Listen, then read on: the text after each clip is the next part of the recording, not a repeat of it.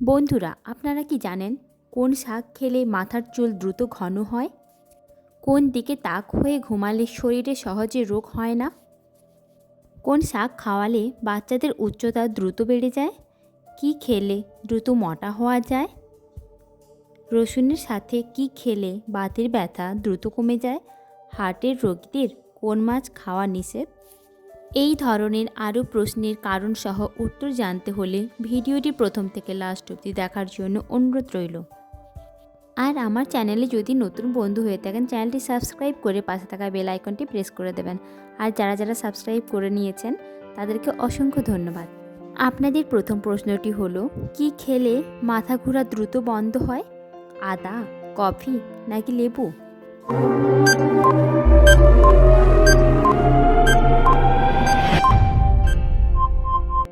আপনাদের সঠিক উত্তরটি হলো আদা। আদা বমি ও বমিভাব কমাতে উপকারী। এটি মস্তিষ্কের রক্ত সঞ্চালন বাড়াতে সাহায্য করে, দ্রুত মাথা ঘোরার সমস্যা কমায়। তাই মাথা ঘোরার সমস্যা হলে এক টুকরো আদা চিবিয়ে খান, পাশাপাশি খেতে পারেন আদা চা। আপনাদের 2 নম্বর প্রশ্নটি হলো, মুখের অরুচি দূর করতে কি খাবেন? আনারস, অ্যালোভেরা নাকি শাকসবজি?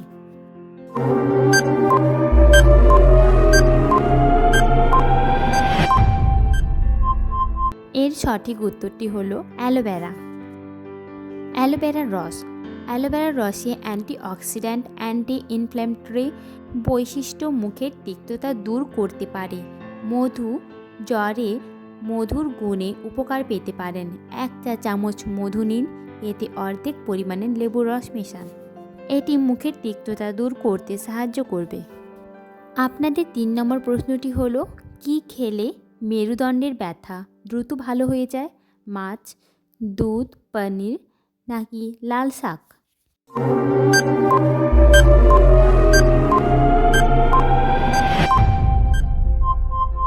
এর সঠিক উত্তরটি হলো দুধ ও পনির। 30-এর পরে মেরুদণ্ডের হাড়ের জন্য ক্যালসিয়াম খুবই গুরুত্বপূর্ণ। দুগ্ধজাত দ্রব্য ক্যালসিয়ামের সবচেয়ে ভালো উৎস। পনির, দুধ, দই খেলে পর্যাপ্ত পরিমাণে ক্যালসিয়াম পাওয়া যায়, তবে এটি অতিরিক্ত পরিমাণে খাওয়া থেকে বিরত থাকুন, এতে আপনার মেরুদণ্ড মজবুত হবে। আপনাদের 4 নম্বর প্রশ্নটি হলো, হার্টের রোগীদের কোন মাছ খাওয়া নিষেধ? কাতলা, চিংড়ি নাকি মাগুর?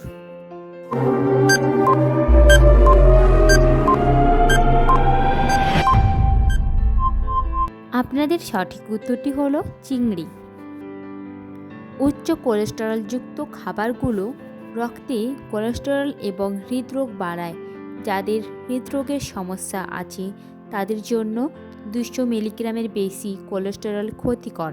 তাই হাই কোলেস্টেরল, হার্টের বিভিন্ন সমস্যা যাদের রয়েছে তাদের চিংড়ি না খাওয়াই ভালো। আপনাদের 5 নম্বর প্রশ্নটি হলো, রসুনের সাথে কি খেলে বাতের ব্যথা দ্রুত কমে যায়? আদা, ডিম নাকি লবঙ্গ?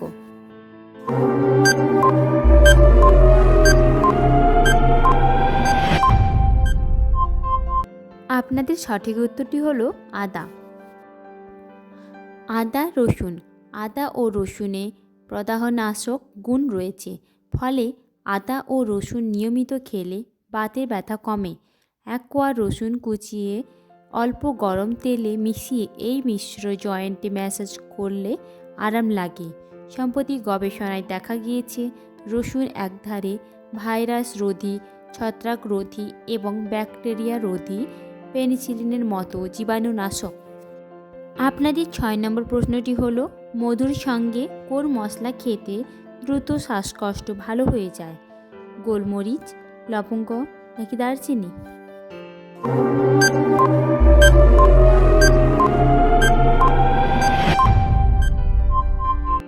আপনাদের সঠিক উত্তরটি হলো দারচিনি। বন্ধুরা, এখনও যদি আপনারা আমার চ্যানেলটিকে সাবস্ক্রাইব না করে থাকেন, চ্যানেলটিকে সাবস্ক্রাইব করে পাশে থাকা বেল আইকনটি প্রেস করে দেবেন।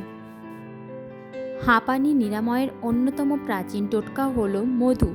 বিশেষজ্ঞদের মতে রোজ রাতে ঘুমানোর আগে 1 চামচ মধুর সঙ্গে দারচিনি গুঁড়ো মিশিয়ে খেলে শ্বাসকষ্ট কমে যায়। সর্দি কাশিতেও অনেক আরাম পাওয়া যায়। আপনাদের 7 নম্বর প্রশ্নটি হলো, কোন শাক খাওয়ালে বাচ্চাদের উচ্চতা দ্রুত বেড়ে যায়? লাল শাক, পুঁই শাক নাকি পালং শাক?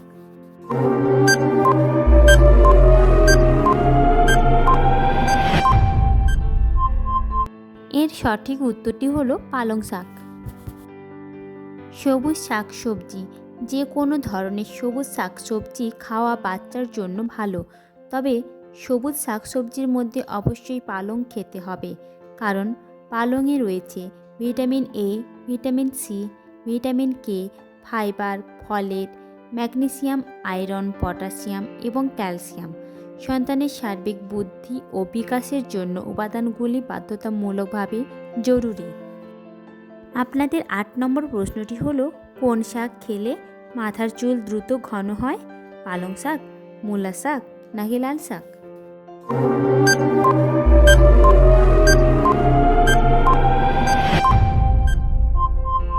আপনাদের সঠিক উত্তরটি হলো পালং শাক।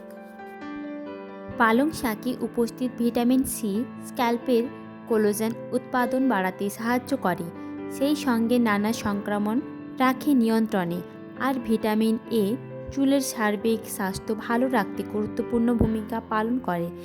তাই পালংয়ের রসে নিয়মিত চুমুক দিলেই যে চুলের জেলা হু হু করে বাড়ে, সে কথাই বলাই বাহুল্য। আপনাদের 9 নম্বর প্রশ্নটি হলো, কোন দিকে তাক হয়ে ঘুমালে শরীরে সহজে রোগ হয় না? ডান দিকে, বাম দিকে নাকি চিত হয়ে?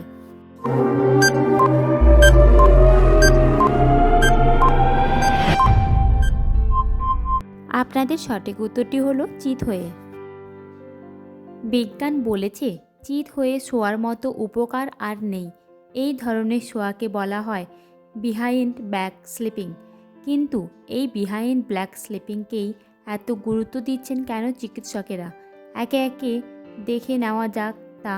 চিকিৎসকেরা যখন কোনো নিদান দেন তার অবশ্যই গুরুত্ব রয়েছে। বিহাইন্ড ব্যাক স্লিপিং আসলে মেরুদণ্ড সোজা রাখতে সাহায্য করে। টেনশনজনিত কারণে মাথা ব্যথা হয় তা কমাতেও সাহায্য করে। এই ধরনের শোয়া রক্তের চাপ কমায় এবং বুকে কোনো চাপ বোধ হলে তা লাঘব করাতেও সাহায্য করে। বিহাইন্ড ব্যাক স্লিপিং এমনকি ত্বকের রিঙ্কেল থেকেও মুক্তি দেয় বিহাইন্ড ব্যাক স্লিপিং। আপনাদের 10 নম্বর প্রশ্নটি হলো, কি খেলে দ্রুত মোটা হওয়া যায়? সবজি, কিশমিশ নাকি আনারস?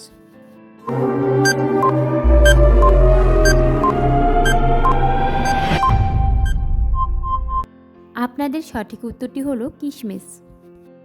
কিশমিশ খেলে ওজন কমাতে পারে, আবার ওজন বাড়াতেও পারে। এর কারণ হলো কিশমিশ একটি উচ্চ ক্যালোরিযুক্ত খাবার। প্রতি 100 গ্রাম কিশমিশতে প্রায় 287 ক্যালোরি থাকে।